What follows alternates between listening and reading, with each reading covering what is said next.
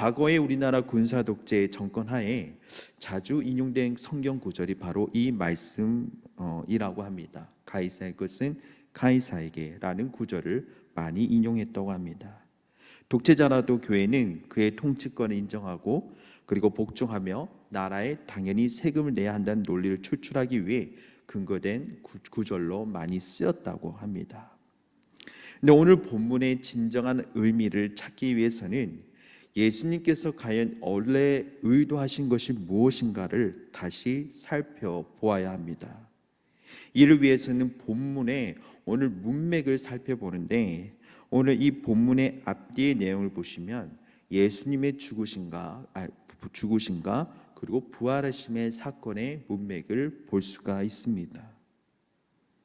과연 예수님께서는 이 예수님의 본인의 죽으심과 부활하심의 사건을 이야기하시면서 이 중요한 이야기의 한복판에서 예수님께서 기독교인의 정치관을 말하기 위해 오늘 이러한 것을 말씀하신 것일까요?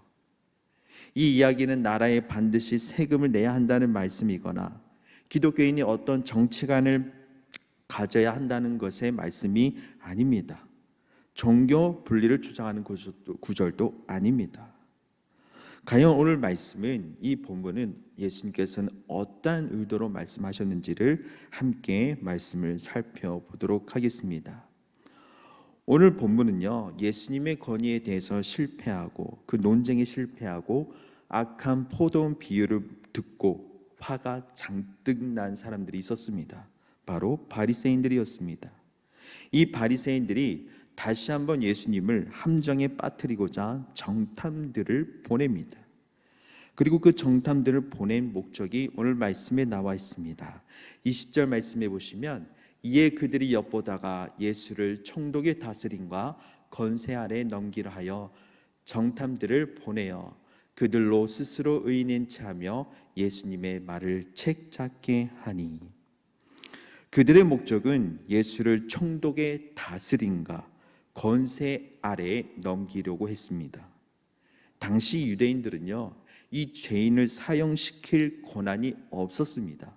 이렇기 때문에 이 죽이고 살릴 수 있는 권리가 있는 이 로마 총독에게 예수님을 넘겨서 죽이려고 했던 것입니다. 그들은 예수님이 했던 말 중에 로마법에 위배될 만한 것들을 찾고, 그리고 당시에 큰 논란이었던 이 납세 문제를 가지고 걸고 넘어지려고 합니다. 그런데 오늘 이 상황을 보시면 마태복음에서도 같은 사건이 나옵니다. 이 마태복음에서도 병행 구절로 22장의 말씀을 살펴보면 바리새인들이 자기 제자들과 그리고 헤롯 당원들과 함께 보냅니다. 근데 사실은 이 헤롯 당원들과 이 바리새인들의 제자들과 함께하는 것은 굉장히 이상하게 보여질 수도 있습니다. 예를 들면은 서로 다른 종교가 가진 사람들이 함께 모여진 것입니다. 예를 들면 이슬람과 어쩌면 불교인들이 함께 모여서 자기들이 의논을 한 것입니다. 당시 바리새인들은요, 로마 황제에게 세금을 내는 것을 황제 숭배로 보았기 때문에 세금을 내는 것에 반대했습니다. 그러나 헤롯 당원들은 헤롯 전체의 지지자들로 당연히 납세를 찬성하는 쪽이었습니다. 그런데 예수님을 찾기 위해서 이들은 한편이 된 것입니다. 예수님이 만약에 납세를 찬성한다고 하면 바리새인들이 예수님을 반민족주의라로 고발할 것이고, 예수님이 로마의 세금을 바치지 말라고 하면 로마법을 어긴 반국가적 범죄자로 헤롯 당원들이 예수님을 고발할 계획이었습니다. 그러자 예수님을 찾아간 바리새인들의 제자들과 헤롯 당원들이 이렇게 말합니다. 21절 말씀에 그들이 물어 이르되 선생님이여 우리가 아노니 당신은 바로 말씀하시고 가르치시며 사람을 외모로 취하지 아니하시고 오직 진리로서 하나님의 도를 가르치시나이다. 여기서 외모로 사용된 이 단어는 외적 조건을 외모, 즉 외적 조건으로 볼 수 있는데, 예수님께 이렇게 말합니다. 아니 당신은 외적 조건을 보지 않고, 즉 바리새인이든 헤롯 당원이든 누구인지 신경 쓰지 않고 소신껏 말씀하시는 분이 아닙니까? 라면서 예수님을 치켜 세울 듯한 이야기를 하면서 덫을 놓게 됩니다. 그들은 미리 준비한 대로 그들에게 질문합니다. 22절 말씀입니다. 우리가 가이사에게 세를 바치는 것이 옳으니까 옳지 않으니까 하니. 여기서 말하는 세는 인두세를 말한 것인데요. 이 인두세라는 것은 나이나 신분이나 상관없이 일률적으로 내는 세를 인두세라고 합니다. 그러자 예수님께서 이렇게 말씀하십니다. 24절에서 25절 말씀에 데나리온 하나를 내게 보이라. 누구의 형상과 글이 여기 있느냐? 대답하되 가이사의 것이니이다. 이르시되 그런즉 가이사의 것은 가이사에게, 하나님의 것은 하나님께 바치라 하시니 라고 말씀을 하십니다. 예수님께서 이렇게 대답하시자 그들은 아무 말도 못하고 침묵하게 됩니다. 그렇다면 예수님께서는 왜 그들은 예수님의 대답을 듣고 아무 대답도 하지 못했을까요? 이 말씀은 과연 수입을 나눠서 세금으로 바칠 것은 세금으로 바치고 헌금할 것은 헌금해라 라는 뜻일까요? 물론 기독교인도 나라의 세금은 내야 합니다. 그러나 오늘 예수님은 세금을 내라는 뜻으로 과연 말씀을 한 것일까요? 오늘 본문 22절 말씀해 보시면 우리가 가이사에게 세를 바치는 것이 옳으니까 라고 물어볼 때 여기서 바치다, 바치는 것이 나와 있습니다. 이 바치다라는 말이 헬라어로 디도미입니다. 근데 이 바치다가 또 나오는데요. 25절 말씀에 이르시되 그런즉 가이사의 것은 가이사에게, 하나님의 것은 하나님께 바치라 하시니, 여기서도 바치다라는 말이 나옵니다. 근데 여기서는요, 이 바치다가 앞에서는 디도미라는 말이 나왔는데 뒤에는 아포가 더 붙어서 아포디도미라고 합니다. 이 디도미라는 말은요, 주다, 바치다라는 의미고, 이 아포디도미는요, 되돌려 주다라는 의미가 있습니다.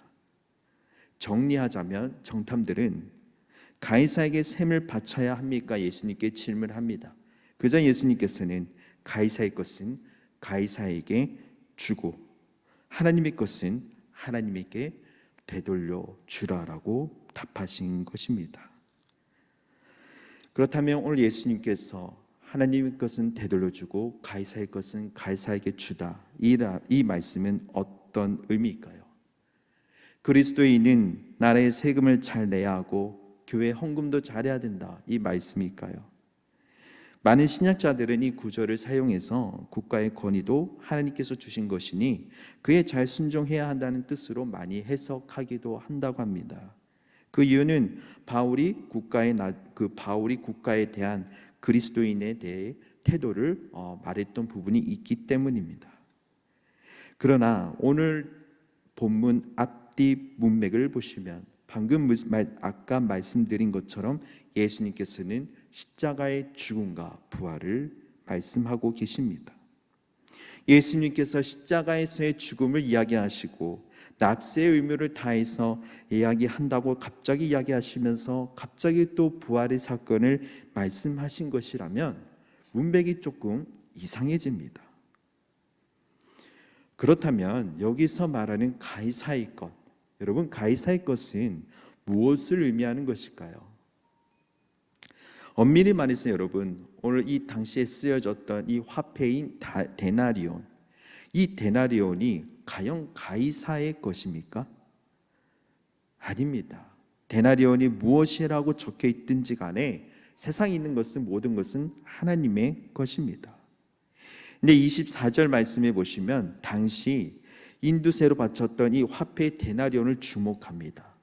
그 데나리온의 앞면에는 황제의 형상과 함께 이러한 글귀가 적혀 있습니다. 존귀한 아우구스투스의 아들 티베리우스 케사르라는 글귀가 있고 그 뒷면에는요, 종려나무 가지를 쥐고 앉아있는 황제의 어머니인 리바의 형상과 최고의 제사장이라는 글귀가 적혀 있는 것입니다. 이 형상과 글은 한마디로요, 그냥 가이사가 하나님으로 생각하고 의미가 부어진 것입니다. 가이사의 것이란 데나리온 자체를 의미하는 것이 아닙니다. 가이사로 대변되는 하나님이 아닌 것을 하나님으로 섬기는 세상의 모든 것을 의미하고 있습니다. 가이사의 것은 가이사에게 돌려주라는 말은, 바치라라는 말은 너희가 지금 세상에 속한 것을 하나님처럼 섬기고 있다면, 세상의 물질을 하나님에 섬기고 있다면 그 모든 것을 세상에 내려놓아라, 돌려주라라는 것입니다. 여러분, 우리 안에 있는 가이사의 것은 어떠한 것이 있을까요? 그것은 우리가 가치 있게 생각하기 때문에, 혹은 자신에게 없다고 생각하면 굉장히 두려워지기 때문에 어떻게 해서라도 내가 움켜쥐고 싶은 그 무엇입니다. 예를 들면 핫벌도 마찬가지고 물질에 대한 과도한 소유욕이 가이사의 것일 수도 있다는 것입니다. 신앙생활을 포기하면서까지 내가 이것만큼은 놓치지 않을 것이라는 마음이 생길 때가 있습니다. 제가 학생부를 섬기고 있는데, 제가 학생부에 대해 청소년 학생들이 참으로 감사한 것이 하나가 있습니다. 우리 학생들은, 우리 교회 학생들은, 청소년들은 대부분 공부 때문에 빠진 일은 몇 번은 있지만 거의 자주는 없습니다. 청소년 예배를 빠진다 한들 어른 예배라도 와서 예배를 지키고 가는 학생들이 있습니다. 그리고 한 학생은 주일에 학원에 가게 되면 아침부터 주일에 학원을 갔다가 예배 시간에는 예배를 드리고 다시 학원에 가는 경우가 있습니다. 그것은 참으로 자신 학원에 가서 공부를 해야 하지만은 그래도 내가 이 예배 시간만큼은 움켜져서 예배 시간만큼은 내가 지켜야겠다라는 마음으로 그 학생들은 예배를 시간을 지킨 것입니다. 내가 공부를 하더라도 이 시간만큼은, 내가 무엇인가를 하더라도, 내가 중요한 일을 하더라도 내가 이 시간만큼은 하나님께 드리고자 하는 마음, 이 학생들의 마음 얼마나 아름답지 않습니까? 또 다른 경우도 있습니다. 여러분, 내가 가진 이 복음이 하나님의 것이 아니라 가이사의 것일 수도 있습니다. 여러분, 우리가 복음을 믿지만, 신앙생활을 하지만, 예배를 드리지만은 우리가 이 복음으로 인해서 내 언어와 내 삶의 변화와 행동이 하나도 바뀌지 않는다면은 이것은 하나님의 속한 복음이 아니라 가이사에게 속한 가짜 복음일 수도 있는 것입니다. 우리 자신과 교회를 변화시킬 수 없는 복음이라면 그 복음은 결코 세상도 변화시킬 수 없는 것입니다. 이것은 저에게도 마찬가지입니다. 제가 이렇게 설교하면서도, 말을 하면서도 저의 삶이 그렇지 않으면 그것은 결코 진정한 복음이라고 매우 힘든 것입니다. 그렇게 살아가기에 매우 치열하고 매우 그렇게 힘들게 우리가 치열한 삶을 통해서 우리가 복음의 진정한 복음을 움켜쥐기 위해 그렇게 노력을 하는 것입니다. 오늘 주님께서는 말씀하고 계십니다. 가이사의 것은 가이사에게 주라. 우리가 세상에서 쫓고 있는 모든 것을 세상에 놓아 버리라는 것입니다. 그렇다면 하나님의 것은 무엇일까요? 바로 앞 본문인 누가복음 20장 18절 말씀인데요. 무릇 이 돌 위에 떨어지는 자는 깨어지겠고 이 돌이 사람 위에 떨어지면 그를 가루로 만들어 흩으리라 하시니라. 이 말씀은 베드로전서 2장 4절에서 9절 말씀과 관련되어 있는데, 이 말씀에 의하면 우리를 산돌이라고 부릅니다. 그 궁극적인 목표는 그의 기이한 빛에 들어가게 하시니에 아름다운 덕을 선포하게 하려는 것입니다. 그러면서 우리를 아주 유명한 말씀인 택하신 족속이요 왕 같은 제사장이요 거룩한 나라여 그의 소유가 된 백성이라고 말씀하십니다. 우리가 바로 하나님의 소유, 하나님의 것이라는 것입니다. 그렇다면 하나님의 것인 우리 자신을 하나님께 돌려드려야 하는 것이죠. 그런데 하나님께 돌려드린다는 것은 또한 어떻게 해야 우리가 하나님께 돌려드리는 것일까요? 신학교에 가야만, 교육자가 돼야만, 신학을 해야만 하나님의 것일까요? 무언가를 헌신해야만, 아니면 전 재산을 헌금으로 드려야만 과연 그것만이 하나님께 돌려지는 것일까요? 마태복음 16장 23절 말씀에 보시면 예수께서 돌이키시며 베드로에게 이르시되 사탄아 내 뒤로 물러가라. 너는 나를 넘어지게 하는 자로다. 내가 하나님의 일을 생각하지 아니하고 도리어 사람의 일을 생각하는도다. 아멘. 여기서 하나님의 일이라고 나와 있는데요, 이 하나님의 일을 헬라어로 보면 타우투 데우라고 쓰여집니다. 근데 그 타우투 데우가 또 어디에 쓰여지냐? 하나님의 것, 이것 또한 타우투 데우라고 쓰여집니다. 근데 그 타우투 데우, 하나님의 일, 하나님의 것, 이것이 무엇을 의미하면요, 예수님께서 십자가를 지시는 것을 말하고 있습니다. 오늘 이 마태복음 16장 23절 말씀해 보시면 예수님께서 십자가를 지시는 일입니다. 그래서 예수님께서는 오늘 곧바로 말씀하십니다. 누구든지 나를 따라오려거든 자기를 부인하고 자기 십자가를 지고 나를 따를 것이니라 라고 말씀하십니다. 그러므로 하나님의 것을 하나님께 돌려드린다는 것은요, 십자가를 지고 주님을 따르는 삶을 살라는 것입니다. 오늘 우리는 말씀을 통해서 확인해야 할 것이 있습니다. 그것은 하나님의 것을 꺼내서 거기에 정말 무슨 형상과 글귀가 있는지를 살펴보아야 합니다. 그렇다면 그 하나님의 것, 무엇을 보아야 하겠습니까? 바로 우리 자신입니다. 그렇다면 우리에게 과연 하나님의 현상과 하나님의 말씀의 복음이 제대로 새겨져 있으십니까? 만약에 새겨져 있다면 우리는 하나님의 것입니다. 하나님의 것은 하나님께 돌려드리는 것입니다. 바로 예수님이 조금 후에 짊어지실 십자가를 나도 지고 우리도 지고 작은 예수로 사는 삶입니다. 정말 우리 속에 하나님의 형상이 있다면, 새겨져 있다면, 복음이 있다면 우리는 반드시 자기를 부인하고 자기 십자가를 지고 모든 것을 버리고 주님을 따라가야 합니다. 그것이 하나님의 것을 하나님께 돌려드리는 것입니다. 하지만 이 삶이 과연 쉬운 일입니까? 굉장히 어려운 일입니다. 굉장히 치열한 삶을 살아야만 그것을 견딜 수가 있습니다.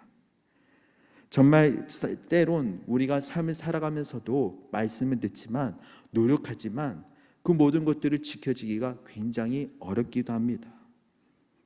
저도 말씀을 전해도, 제가 이렇게 수요 예배나 말씀을 전해도 저도 이렇게 말씀을 살아가지 못할 때 굉장히 힘이 들고, 그렇게 살아가고자 하는 것이 얼마나 힘든지를 알 수 있습니다. 그러기에 우리도 마찬가지고, 우리 성도님도 마찬가지고, 우리는 그리스도인으로서 그 삶을 통해서 그 살아가기를 무단히 노력하고 그렇게 우리가 행하고 있습니다. 그렇다면 우리는 과연 어떻게 우리는 해야 하는 것일까요? 요한복음 6장에 28절 29절 말씀에 이런 말씀이 있습니다. 그들이 묻되 우리가 어떻게 하여야 하나님의 일을 하오리이까? 예수께서 대답하여 이르시되 하나님께서 보내신 일을 믿는 것이 하나님의 일이니라 하시니 라는 말씀이 나와 있습니다. 여러분, 뭐라고 나와 있습니까? 하나님의 일은 무엇입니까? 믿는 것이 자체가 하나님의 일인 것입니다. 여러분, 우리가 어떤 수준에 이르러야만, 우리가 어떠한 것을 해야만 십자가를 질 수 있는 것이 아닙니다. 우리가 그렇게 살아갈 수 있도록 십자가를 지고 사는 삶을 행하는 능력은 나이가 가지고 있는 수준도 아니고 지식도 아닙니다. 나의 행함이 아니라 우리는 하나님께서 행하실 것을 믿는 것이 하나님의 일이라는 것입니다. 여기 계신 성도 여러분들, 우리에게 새겨진 하나님의 형상을 바라보시기를 간절히 소망합니다. 오직 예수님만 바라보고 자기 자신을 죽이고 하나님께 드리는 삶을 살아가기를 간절히 소망합니다. 이것이 하나님의 것을 하나님께 돌려드리는 삶입니다.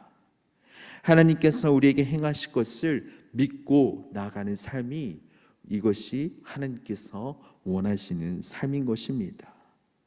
우리가 무엇이기에 우리가 그렇게 구원의 길을 갈 수 있겠습니까? 우리가 아무리 노력을 해도 구원의 길을 갈 수 없습니다.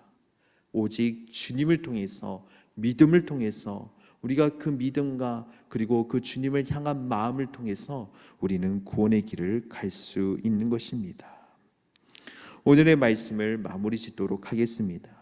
하나님의 것을 가이사의 것처럼 병제시키지 말아야 합니다. 더 이상 가이사로 대변되는 그러한 세상의 가치를 내어버리고 가이사의 것을 세상으로 던져 하나님께서 우리에게 행하실 것을 믿으시기를 간절히 소망합니다. 자기 십자가를 지고 자신을 부인하고 주님을 따라가는 삶, 이것이 나의 힘으로 할 수 없는 것들입니다. 그러기에 우리는 하나님을 전적으로 의지하고 전적으로 의탁하며 세상의 것을 바라보지 말고 하나님의 능력을 믿고 그 안에서 우리가 어떠한 가치가 있더라도 가이사의 것은 가이사에게 주듯 세상에 던져버리고 하나님만을 바라보면서 우리가 하나님을 의지하는 삶이 되어지시기를 간절히 소망합니다.